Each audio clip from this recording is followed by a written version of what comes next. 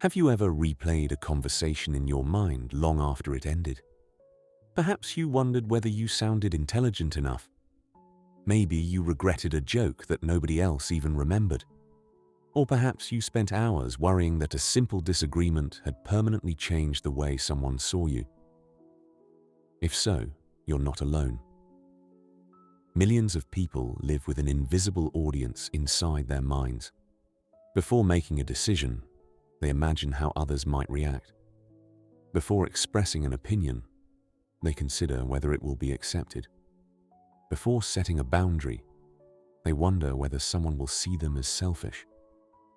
Over time, this silent habit becomes so automatic that it no longer feels like a choice. It feels like personality. But what if it isn't? What if the voice constantly asking, "What will they think of me?" is not your true voice at all? This question sits at the heart of one of Carl Jung's most profound ideas. Jung believed that many of us spend years building a version of ourselves designed to be accepted rather than understood. We become skilled at adapting, pleasing, achieving, and fitting in. We learn which emotions receive approval and which should remain hidden. We carefully shape ourselves to meet expectations until one day we discover something deeply unsettling. We no longer know where the performance ends and where the real person begins. This is not simply a philosophical problem. It influences almost every area of life. It determines whether you speak honestly in a meeting or remain silent despite knowing you're right. It influences whether you pursue the career that excites you or the one that earns admiration.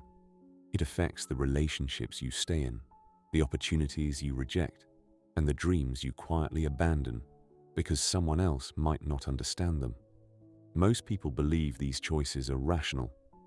In reality, many are driven by a force that operates almost entirely beneath conscious awareness: the need for approval.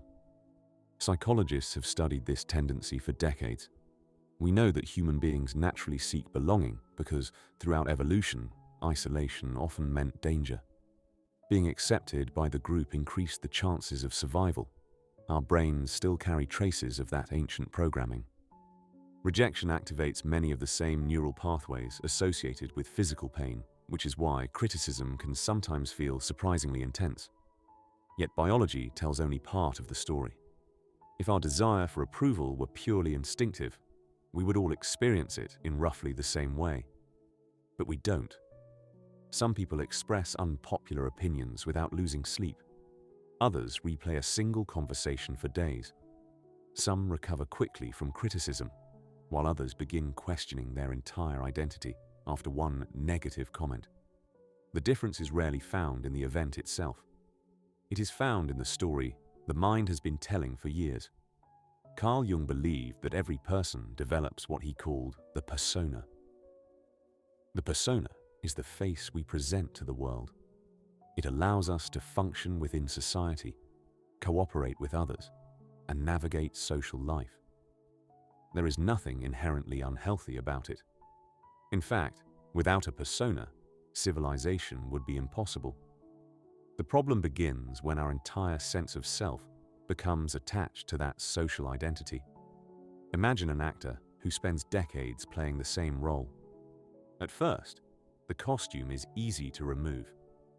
The performance ends when the curtain falls. But after years of repeating the same character, the line between performance and identity begins to blur. The actor no longer remembers who they were before stepping onto the stage. Many people live exactly this way. The reliable employee, the perfect student, the endlessly supportive friend, the child who never causes problems, the partner who always sacrifices. These roles often earn admiration. They make life easier for everyone around us. But they also raise an uncomfortable question. Who are you when nobody expects anything from you? For many people, that question is surprisingly difficult to answer. Not because they lack a personality, but because they have spent so many years responding to external expectations that they have stopped listening to their own inner voice. This is why the search for approval is so exhausting. You can never truly relax when your self-worth depends on something you cannot control. You cannot control another person's opinion. You cannot control whether someone misunderstands you. You cannot control whether everyone approves of your decisions. And yet, countless people spend their lives trying to achieve exactly that. They become experts at reading facial expressions, interpreting tone of voice, anticipating disappointment, and avoiding conflict. They learn how to make everyone else comfortable while gradually becoming strangers to themselves. The tragedy is that this often looks like success from the outside. People admire them, trust them, depend on them. Yet behind the smile, there is often a quiet fear that if they stopped performing, stopped pleasing, or stopped pretending to have everything under control, they might no longer be worthy of love or respect. If any part of this feels familiar, I want you to keep watching.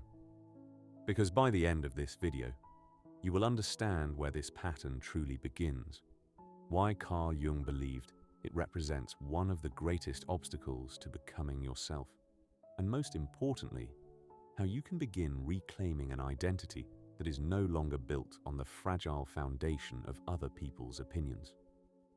To understand why so many intelligent, capable, and compassionate people spend their lives seeking approval, we have to go back to a place that most adults rarely think about: childhood. Because long before we learned how to impress the world, we first learned what we had to do to be loved. The beliefs that shape our adult lives are rarely created in adulthood. More often, they are formed long before we have the words to describe what is happening. Every child enters the world with one fundamental psychological need: to feel safe, accepted, and loved. Food, shelter, and protection are essential for survival, but emotional security is equally important.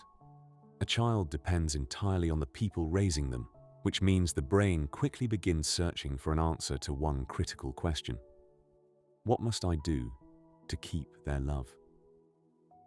If love is given consistently, without being tied to perfect behavior, extraordinary achievements, or emotional suppression, the child gradually develops a stable sense of self. They learn that making mistakes does not make them unworthy. They discover that disagreement does not automatically lead to rejection. They begin to separate who they are from how they perform. But for many people, that is not the lesson they receive. Instead, they learn that acceptance has conditions. Perhaps they were praised only when they succeeded. Perhaps emotions such as anger or sadness were dismissed as weakness.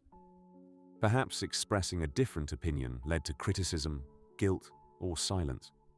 Some grew up with parents who expected perfection. Others learned that keeping the peace was more important than expressing themselves honestly. The specific circumstances differ from one family to another, but the psychological conclusion is often remarkably similar. If I want to be loved, I must become the person other people want me to be. Children never make this decision consciously. It happens quietly, through hundreds of ordinary moments that seem insignificant on their own. A child proudly shows a drawing, only to hear what could have been done better. A teenager shares an opinion and is laughed at instead of being heard. Someone cries after a difficult day and is told they are being dramatic. Someone else receives affection only after bringing home excellent grades. None of these moments necessarily create lasting psychological wounds by themselves, but when they become patterns, the developing mind begins adapting to them. This is one of the most remarkable abilities of the human brain. It adapts. If honesty creates conflict, we become more careful with our words. If vulnerability leads to shame, we stop showing vulnerability. If pleasing others keeps us emotionally safe, pleasing others slowly becomes automatic. At first, these adaptations are incredibly intelligent. They help us survive our environment. The problem is that the brain rarely asks whether those strategies are still necessary 20 years later. Imagine someone who grew up with a parent whose mood changed unpredictably. Some days the parent was warm and affectionate. On other days they were critical, distant, or emotionally unavailable. A child in that situation quickly becomes an expert at observing tiny details. The tone of a voice, a facial expression, the sound of footsteps, the way a door closes. To an outsider, these details seem meaningless. To the child, they are signals that determine whether the day will feel emotionally safe. Years later, that child may become the adult who notices every slight change in another person's mood. They immediately assume they have done something wrong. If a friend replies with a shorter message than usual, anxiety appears. If a colleague seems distracted, they wonder whether they caused it. The pattern feels irrational, but it isn't. It is an old survival strategy operating in a completely different environment. This is why so many adults describe themselves as overthinkers. In many cases, they are not overthinking because they are weak. They are overthinking because their nervous system learned that paying attention to other people's emotions once helped them avoid pain. Carl Jung believed that experiences like these gradually shape the persona. Every adaptation that earns acceptance becomes another layer of the mask we present to the world. We smile when we feel angry. We apologize before expressing our needs. We become agreeable, responsible, dependable, and emotionally available. Not always because these qualities reflect who we are, but because they once protected us. The danger is that repeated adaptation slowly becomes identity. After enough years, people stop saying, "I learned to behave this way." Instead, they begin saying, "This is just who I am." That sentence deserves to be questioned. Because many of the qualities we call personality are, in reality, strategies. Strategies that were brilliant for surviving childhood. Strategies that may now be preventing us from fully living adulthood. This is one of the reasons why change often feels so frightening. When you begin setting boundaries, your conscious mind may understand that they are healthy. Your unconscious mind remembers something entirely different. It remembers that saying no once led to conflict, that expressing anger once threatened connection, that disappointing someone once felt like losing love. The fear you experience today is not always a response to your present circumstances. Very often, it is an echo of your past. Understanding this changes the conversation completely. Instead of asking, "Why am I like this?" you begin asking a far more compassionate question. What happened that taught me to become this way? That single shift is powerful because it replaces self-judgment with curiosity. And according to Carl Jung, genuine psychological transformation always begins with curiosity. Not curiosity about the world, curiosity about yourself. Because until you understand the role your adaptations have played in your life, you will continue confusing survival with identity. And that is precisely where Jung introduces one of his most challenging and misunderstood ideas, the shadow. If the persona explains the version of ourselves that we show to the world, then the shadow explains everything we learn to hide. Few psychological concepts have been as misunderstood as Carl Jung's idea of the shadow. It is often described as the dark side of the personality, leading many people to assume that it refers only to anger, selfishness, aggression, or destructive impulses. Jung meant something far more profound. The shadow is not simply the worst part of you.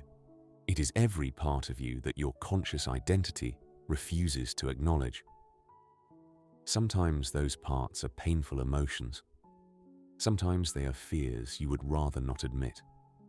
But just as often, they are qualities that could transform your life if you allowed yourself to express them. Consider someone who has spent years saying yes to everyone around them. From the outside, they appear generous and selfless. Friends admire their kindness. Colleagues appreciate their reliability. Family members describe them as someone who is always there when needed. But beneath that image lies another reality. Every time they wanted to refuse but agreed anyway. Every time they stayed silent instead of speaking honestly. Every time they accepted disrespect to avoid conflict. A different part of their personality was pushed further into the unconscious. Not because it disappeared, because it was no longer considered acceptable. Their ability to set boundaries became part of the shadow. Their healthy anger became part of the shadow. Their confidence became part of the shadow. Even their ambition could become part of the shadow if, as a child, success attracted criticism or jealousy instead of encouragement. This is one of Jung's most important insights. Human beings do not hide only what is ugly. They also hide what is powerful. Many people spend years trying to eliminate fear without realizing they are also suppressing courage. They suppress anger without recognizing that healthy anger protects dignity. They suppress confidence because someone once called it arrogance. They suppress ambition because they fear being judged as selfish. Slowly, almost invisibly, they begin shrinking themselves until they fit comfortably inside other people's expectations. The tragedy is that this process often receives praise. Society rewards those who are easy to manage. The employee who never questions authority. The friend who never asks for too much. The partner who always compromises. The son or daughter who never disappoints the family. From the outside, these people seem mature, responsible, and emotionally intelligent. Yet, inwardly, they may feel strangely disconnected from themselves. Because emotional intelligence does not mean ignoring your own needs. It means understanding them well enough to express them without being controlled by them. Jung believed that whatever we reject in ourselves does not disappear. Instead, it continues influencing our behavior from the unconscious. This is why people are often confused by their own reactions. Someone explodes with anger after months of remaining calm. Someone suddenly leaves a relationship that seemed perfectly stable. Someone abandons a successful career despite years of working toward it. To others, these decisions appear impulsive. To the unconscious, they are often years in the making. The shadow has finally demanded to be heard. Think about how often people say, "I don't know what came over me." From Jung's perspective, something did not come over them. Something finally came out. The part of themselves they had spent years suppressing had reached its limit. This is why ignoring the shadow is never a long-term solution. Whatever is buried eventually seeks expression. Sometimes through anxiety, sometimes through resentment, sometimes through depression, sometimes through emotional numbness, and sometimes through the painful realization that you have built a life that no longer feels like your own. Jung believed that psychological maturity does not come from becoming a better version of the persona. It comes from integrating the shadow. Integration does not mean acting on every impulse or expressing every emotion without restraint. It means becoming aware of what exists inside you so that your choices become conscious rather than automatic. Imagine standing in front of a piano with half of its keys permanently locked. You could still play music.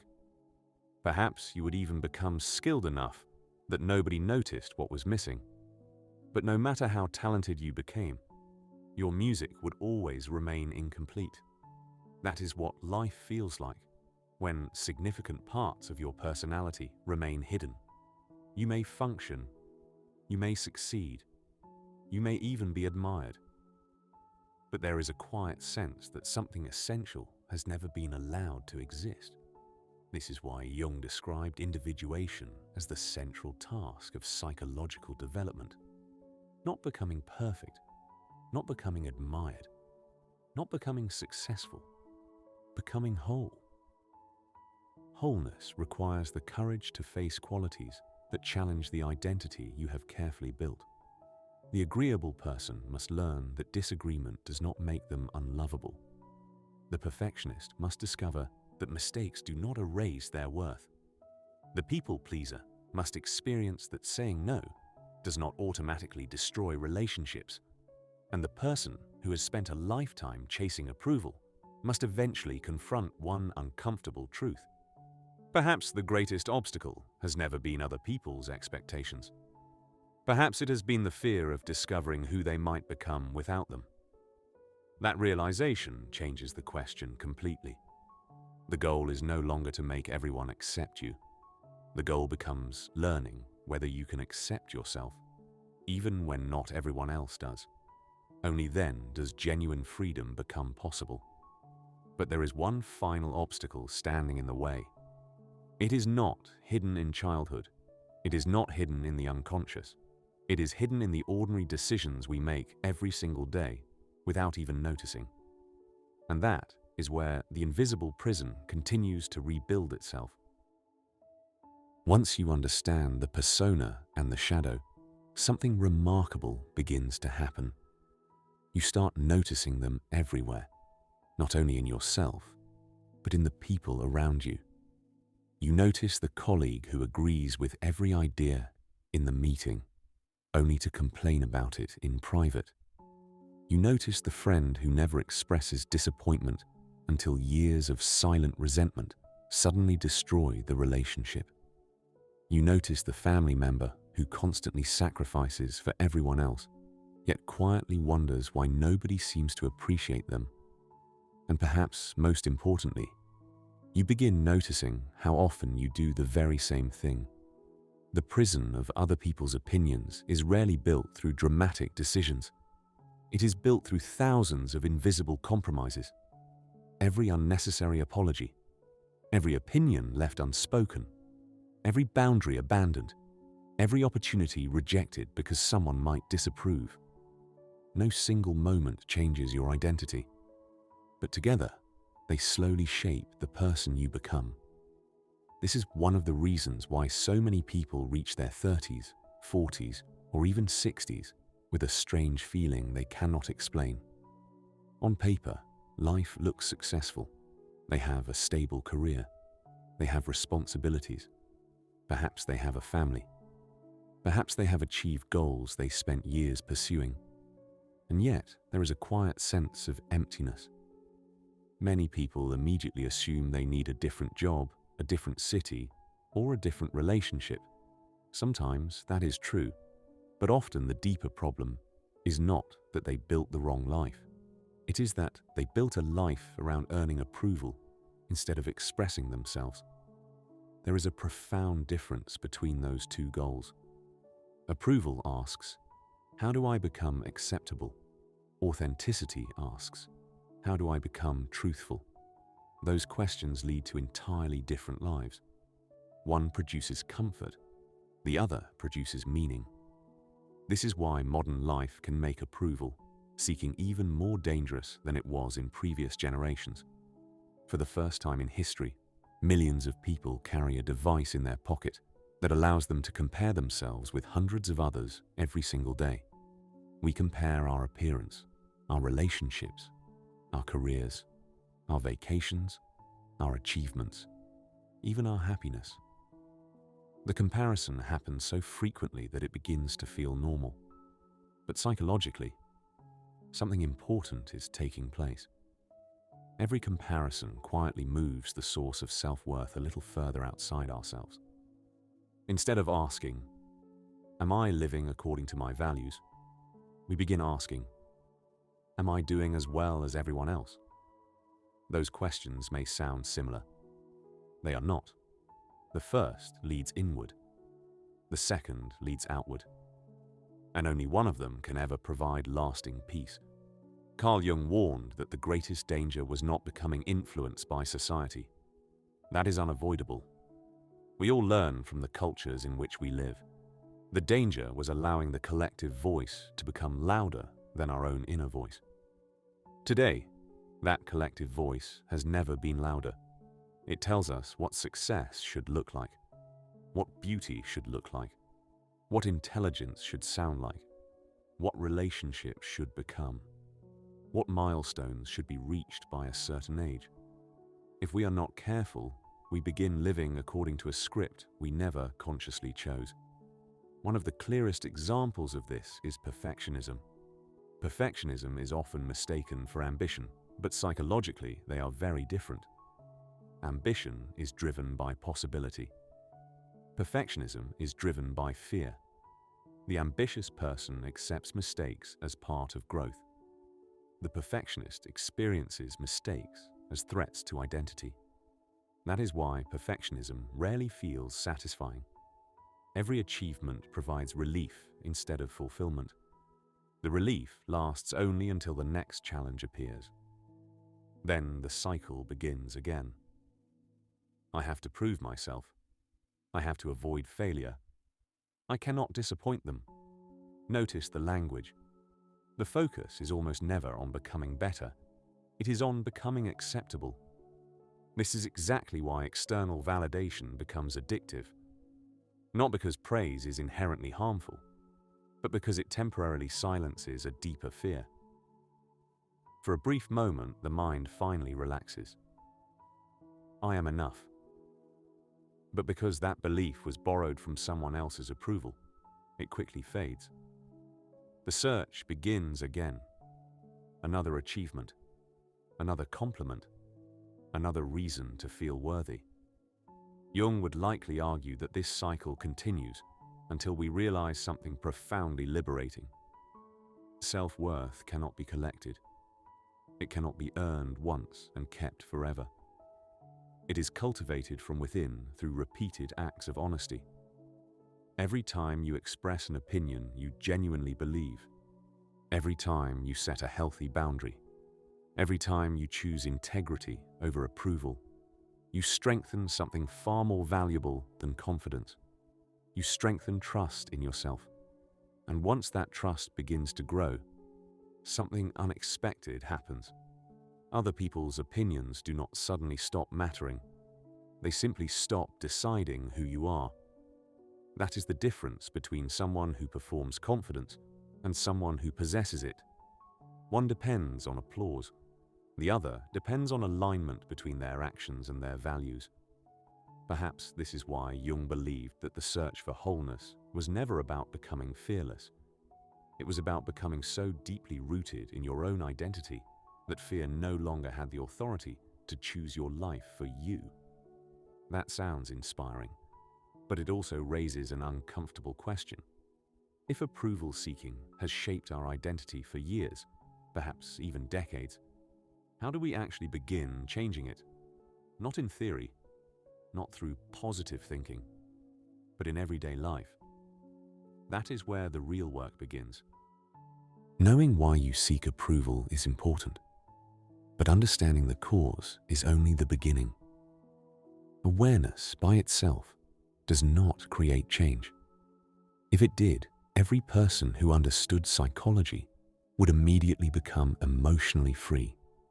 Real transformation begins the moment awareness is followed by action. The difficulty is that your mind will resist that action, not because it wants to keep you unhappy, but because it wants to keep you safe. This is one of the greatest misunderstandings about human behavior. We often assume that our brain is designed to make us happy. In reality, its primary goal is survival. If a certain pattern helped you maintain connection, avoid conflict, or receive love in the past, your nervous system will continue repeating that pattern, even if it now creates anxiety, exhaustion, or resentment. That is why change feels so uncomfortable. The discomfort is not evidence that you are moving in the wrong direction. Very often, it is evidence that you are leaving familiar territory. Imagine someone who has spent 20 years apologizing before expressing an opinion. The first time they speak honestly without apologizing, it feels unnatural. Not because honesty is wrong, because the old pattern has been repeated thousands of times. The same is true for setting boundaries. The first boundary often feels like guilt. The second feels like fear. The third feels uncomfortable. Eventually, it begins to feel like self-respect. The emotion changes because the brain slowly learns a new lesson. I can disappoint someone without losing my word. That sentence may sound simple. For many people, it is life-changing. Carl Jung believed that individuation is not a destination, but a lifelong process. You do not wake up one morning completely free from fear, self-doubt, or the influence of other people's opinions. Those experiences remain part of being human. What changes is the relationship you have with them. Instead of asking, "How can I make everyone approve of me?" you begin asking, "Is this decision consistent with the person I want to become?" That shift may seem small. In reality, it changes everything, because it moves the center of your life from the outside to the inside. This does not mean becoming selfish. It does not mean rejecting advice. It does not mean ignoring the people you love. Healthy people listen to feedback. Wise people remain open to learning. Emotionally mature people admit when they are wrong. But none of those things require abandoning yourself.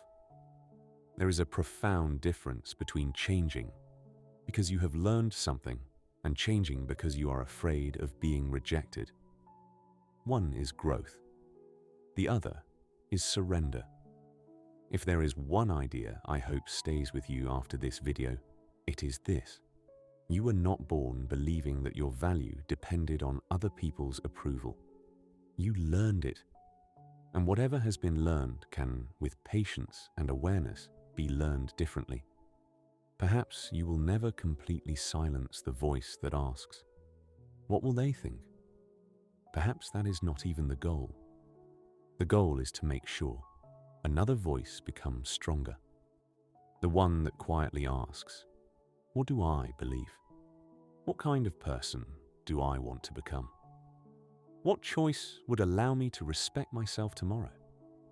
Those questions rarely produce the easiest life, but they often produce the most meaningful one. Jung once wrote that the privilege of a lifetime is to become who you truly are. Whether those exact words were recorded in that form or not, they beautifully capture the essence of his philosophy. Becoming yourself is not an act of self-improvement. It is an act of self-discovery. It is the gradual removal of everything that was never truly yours. The expectations, the unnecessary guilt, the fear of disappointing everyone, the endless performance. Beneath all of those layers is not a new person waiting to be created. There is a person who has been there from the very beginning. Perhaps quieter than you remember, perhaps buried beneath years of adaptation, but still there, waiting to be heard. If this video helped you see yourself in a different light, consider subscribing to Architecture of Emotions. Every week we explore psychology, philosophy, emotional intelligence, Carl Jung, and the hidden patterns that quietly shape our lives. Not to give you easy answers, but to help you ask better questions. Because the quality of your life is often determined by the quality of the questions you are willing to ask yourself. And before you leave, I'd like you to answer one question in the comments. What is one decision you would make differently if you were no longer afraid of disappointing other people? Take a moment before you answer, because your response may reveal something about the person you have been trying to become and the person you have always been. Thank you for watching. And remember this, the most dangerous prison is not built by other people. It is built the moment you begin believing that your worth must be earned. The day you stop asking the world for permission to be yourself is the day your real life begins.